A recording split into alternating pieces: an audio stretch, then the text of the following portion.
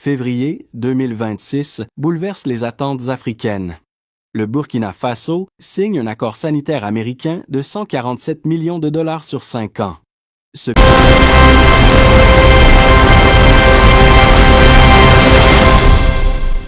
Suivez les informations en Afrique et partout dans le monde en temps réel sur la chaîne Tony. Et avant toute chose, likez, abonnez et surtout activez la cloche de notification pour ne rien louper. Aujourd'hui, je vais vous partager une nouvelle vidéo.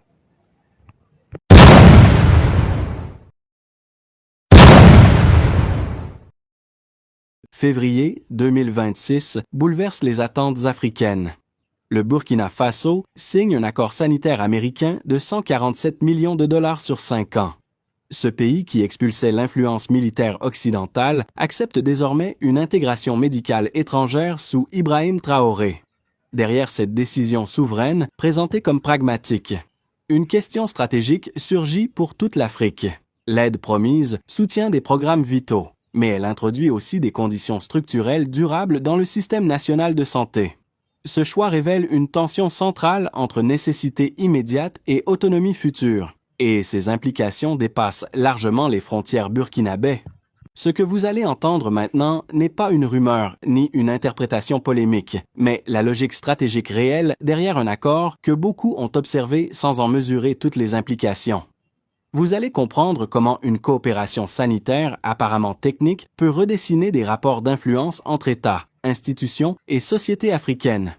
Et cela change déjà la trajectoire de plusieurs pays.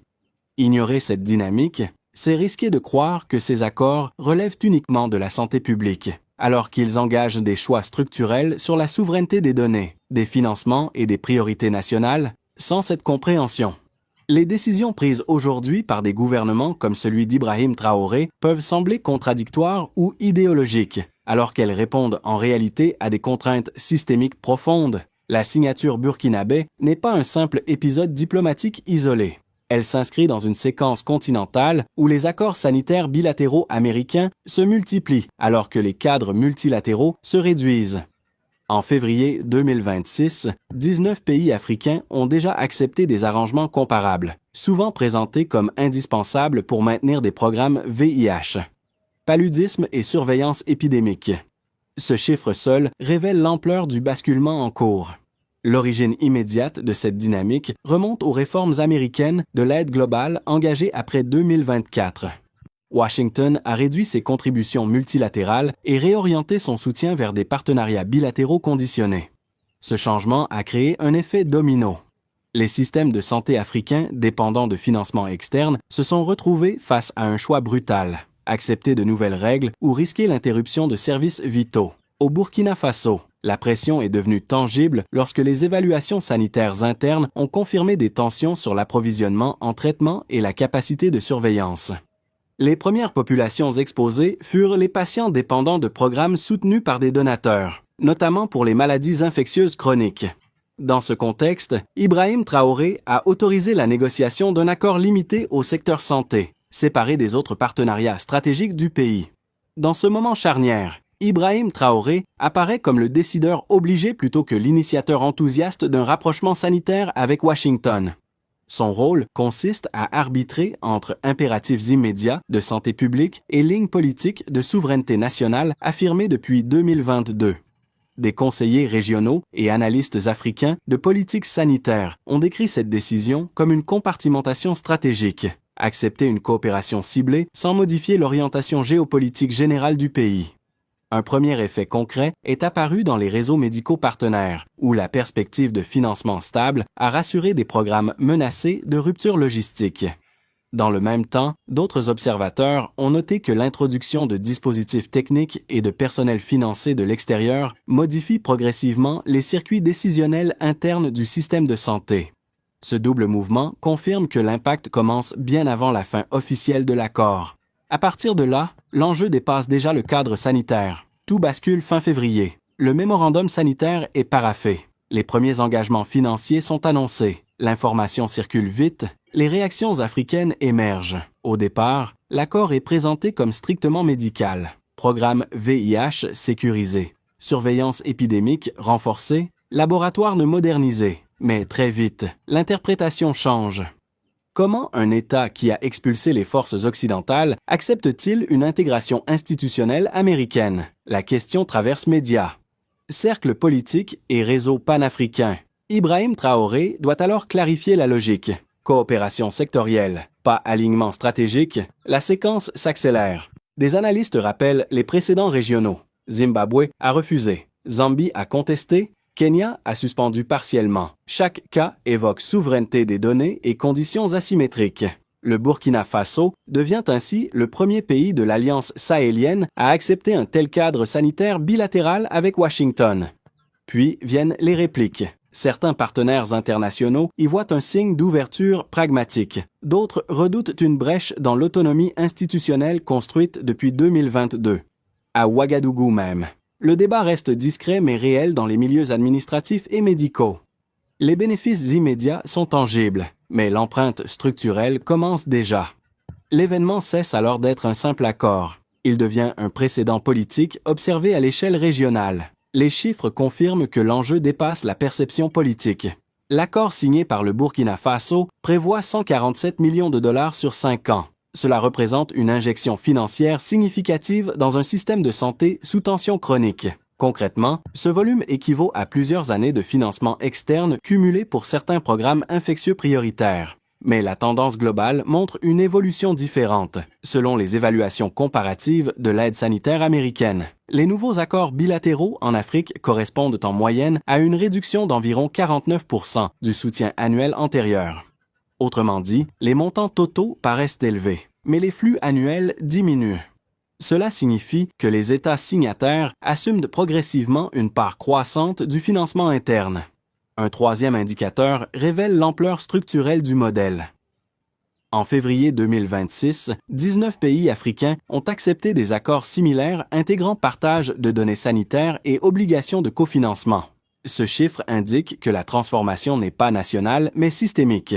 Elle redéfinit les rapports entre assistance extérieure et souveraineté sanitaire africaine. Ainsi, la question n'est plus seulement l'aide reçue. Elle devient le cadre durable dans lequel les systèmes de santé fonctionneront. Certains observateurs soutiennent que la décision d'Ibrahim Traoré relève d'un pragmatisme responsable face à une urgence sanitaire réelle. Dans cette lecture, refuser un financement vital au nom d'une souveraineté abstraite aurait exposé des populations vulnérables à des ruptures de traitement et à des crises épidémiques. L'argument souligne que la coopération internationale, même asymétrique, reste préférable à l'effondrement de services essentiels. Cependant, cette position omet un aspect central du débat. Les accords bilatéraux actuels ne se limitent pas à financer des médicaments ou des infrastructures. Ils introduisent des obligations durables de partage de données, de normes opérationnelles et de priorités programmatiques définies en partie par le partenaire extérieur. Ainsi, la question n'est pas seulement de recevoir une aide, mais de déterminer qui structure l'architecture du système de santé à long terme. Une autre critique affirme que la compartimentation sectorielle protège l'autonomie globale du pays. Pourtant, l'expérience comparée montre que l'intégration technique crée progressivement des dépendances fonctionnelles difficiles à dissocier. Lorsque financement, expertise et système d'information convergent, la séparation entre coopération limitée et influence structurelle devient théorique. Ainsi, le débat oppose moins souveraineté et aide que temporalité et contrôle. Tout change silencieusement. L'accord sanitaire ne modifie pas seulement des budgets ou des programmes. Il introduit une intégration progressive de dispositifs techniques, de protocoles et de flux d'informations connectés à des partenaires extérieurs. Cette évolution reste peu visible au départ, car elle s'opère à travers des laboratoires, des systèmes de surveillance et des cadres de financement spécialisés. Ce déplacement constitue le véritable point de bascule. Jusqu'ici, la coopération pouvait être perçue comme une assistance ponctuelle à un secteur sous pression. Désormais, elle devient une architecture fonctionnelle partagée, où certaines capacités nationales dépendent de ressources, de données et d'expertises coproduites. Cela transforme la relation de soutien en relation d'interdépendance institutionnelle. À partir de ce moment, l'enjeu dépasse l'efficacité sanitaire immédiate. Il concerne la capacité future d'un État à orienter seul ses priorités de santé, ses politiques de données et ses investissements stratégiques. Ce qui semblait technique devient structurel. Et ce qui paraissait sectoriel commence à redéfinir l'autonomie décisionnelle globale à mesure que cette intégration progresse. Ces effets deviennent perceptibles dans plusieurs sphères concrètes. Pour l'État burkinabé, l'accord introduit une contrainte de cofinancement et de conformité technique qui influence déjà la planification budgétaire et les priorités sanitaires. Les autorités doivent aligner certains programmes nationaux sur des cadres opérationnels définis conjointement, ce qui modifie la marge d'arbitrage interne sans la supprimer formellement. Ibrahim Traoré se trouve ainsi à gérer simultanément souveraineté politique affichée et interdépendance fonctionnelle croissante du côté des acteurs économiques. La stabilisation de programmes de santé publique soutenus par des partenaires extérieurs réduit certains risques sociaux et productifs. Des entreprises locales dépendantes d'une main-d'œuvre fragile face aux maladies infectieuses bénéficient indirectement de la continuité des traitements et de la surveillance épidémique. Mais cette sécurité repose sur des financements conditionnés, ce qui introduit une incertitude structurelle à moyen terme. Pour la population, l'impact est le plus tangible. La continuité thérapeutique, la disponibilité de diagnostics et le maintien des services de prévention représentent des gains immédiats. Pourtant, ces bénéfices s'accompagnent d'une évolution silencieuse du contrôle des données sanitaires et des orientations programmatiques. Les patients reçoivent des soins plus stables, mais dans un système dont certaines composantes clés sont désormais co-gérées à l'échelle régionale. Le cas burkinabé devient un signal observé par d'autres États sahéliens confrontés au même dilemme. L'acceptation de l'accord par un membre central de l'Alliance sahélienne suggère que la compartimentation sectorielle est possible. Même dans des politiques étrangères revendiquant l'autonomie, cela pourrait encourager des trajectoires similaires ailleurs, ou au contraire renforcer les débats sur les limites de cette stratégie. Au terme de ces évolutions, aucun niveau n'échappe réellement aux conséquences. Si la trajectoire actuelle se poursuit, le scénario le plus probable est celui d'une coopération sanitaire stabilisée mais progressivement intégrée dans les structures nationales. Les programmes soutenus continuent de fonctionner, les financements externes restent présents, et l'État burkinabé assume une part croissante de cofinancement. Cette évolution maintient l'accès aux soins essentiels tout en installant une interdépendance durable entre institutions locales et partenaires extérieurs. Un scénario plus favorable supposerait que cette période de coopération soit utilisée pour renforcer rapidement les capacités internes. Les investissements étrangers serviraient alors de levier temporaire pour développer production pharmaceutique locale. Infrastructures de données souveraines et financement domestique accru. Dans cette hypothèse, la dépendance diminuerait progressivement et l'accord initial deviendrait un catalyseur d'autonomie plutôt qu'un ancrage structurel. Le scénario le plus risqué apparaîtrait si la dépendance fonctionnelle s'approfondissait sans montée équivalente des capacités nationales. Les systèmes de santé resteraient alors durablement adossés à des ressources externes conditionnées, limitant la marge de décision budgétaire et stratégique. Une modification ultérieure des priorités des partenaires pourrait alors produire des effets sanitaires rapides et difficiles à absorber localement. L'enjeu n'est donc pas de prévoir une seule issue, mais de comprendre que chaque trajectoire dépend des choix présents. Après avoir parcouru ces dynamiques structurelles et ces scénarios possibles, la question la plus directe devient personnelle pour chaque observateur de cette situation. Que signifie réellement cette transformation pour ceux qui suivent de près les évolutions politiques et sanitaires africaines aujourd'hui? La réponse dépend en partie du degré d'attention et d'implication de chacun face à ces changements silencieux mais profonds. Pour les personnes déjà engagées dans l'analyse ou la compréhension des politiques africaines, cette situation offre un avantage cognitif réel. Comprendre les mécanismes d'interdépendance sanitaire permet d'anticiper des évolutions institutionnelles qui resteront invisibles pour d'autres. Mais cette lucidité exige aussi une vigilance continue, car les cadres de coopération évoluent rapidement et redessinent les équilibres régionaux. Ceux qui ne sont pas directement impliqués peuvent néanmoins être affectés indirectement. Les transformations des systèmes de santé influencent stabilité sociale, économie locale et sécurité humaine, dimensions qui traversent les frontières. Ignorer ces mutations revient souvent à percevoir leurs effets seulement lorsqu'ils deviennent visibles ou critiques. Une compréhension minimale du contexte devient donc une forme de préparation. Enfin, certains peuvent considérer ces débats lointains ou abstraits. Pourtant, l'histoire récente montre que les restructurations institutionnelles apparemment techniques finissent par produire des impacts concrets sur la vie quotidienne.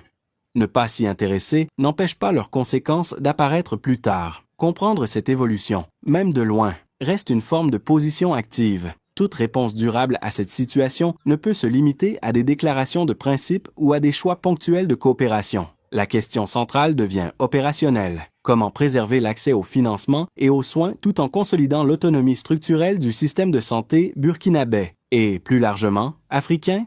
Au niveau étatique, la première étape consiste à utiliser la période de financement externe pour accroître rapidement la capacité domestique. Cela implique d'augmenter progressivement la part budgétaire nationale consacrée à la santé, de former du personnel spécialisé et de développer des infrastructures de données souveraines.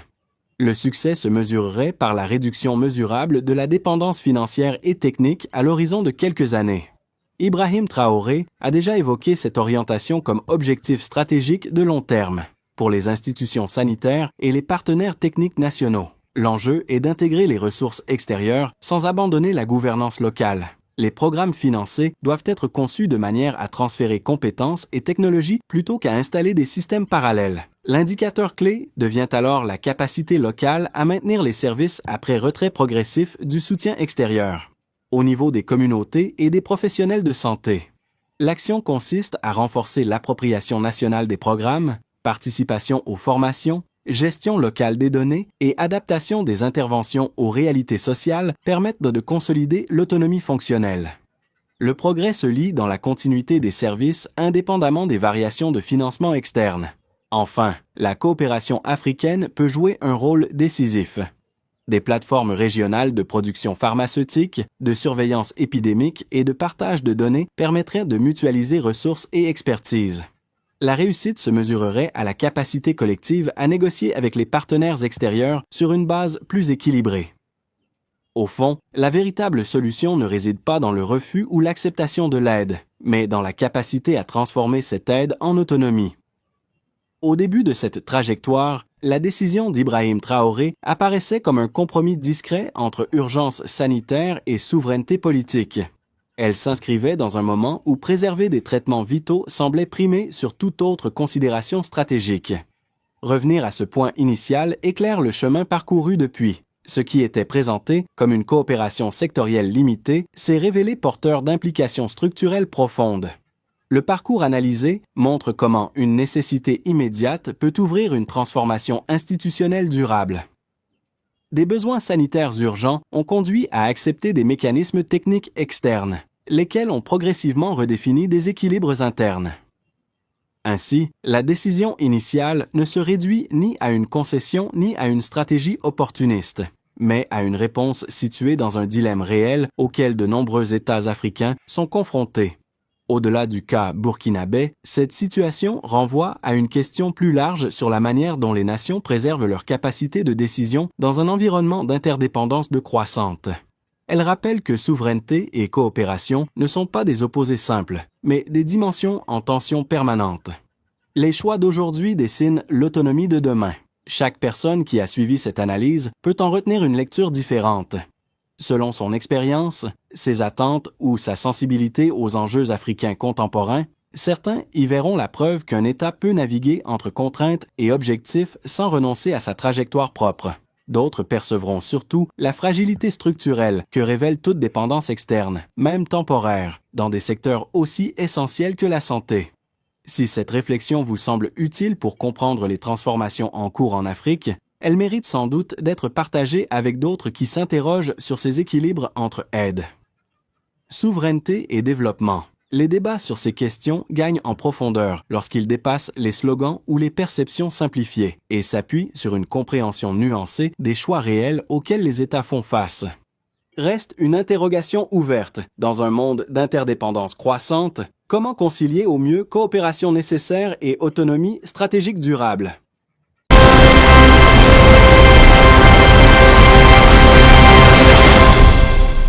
Ok, je pense que nous sommes arrivés à la fin de notre vidéo. Et c'était votre gars Tony. Et surtout, essayez de liker et d'abonnez-vous. Et n'oubliez pas d'activer la cloche de notification pour ne rien louper de nouvelles vidéos à venir. On est ensemble. Ciao.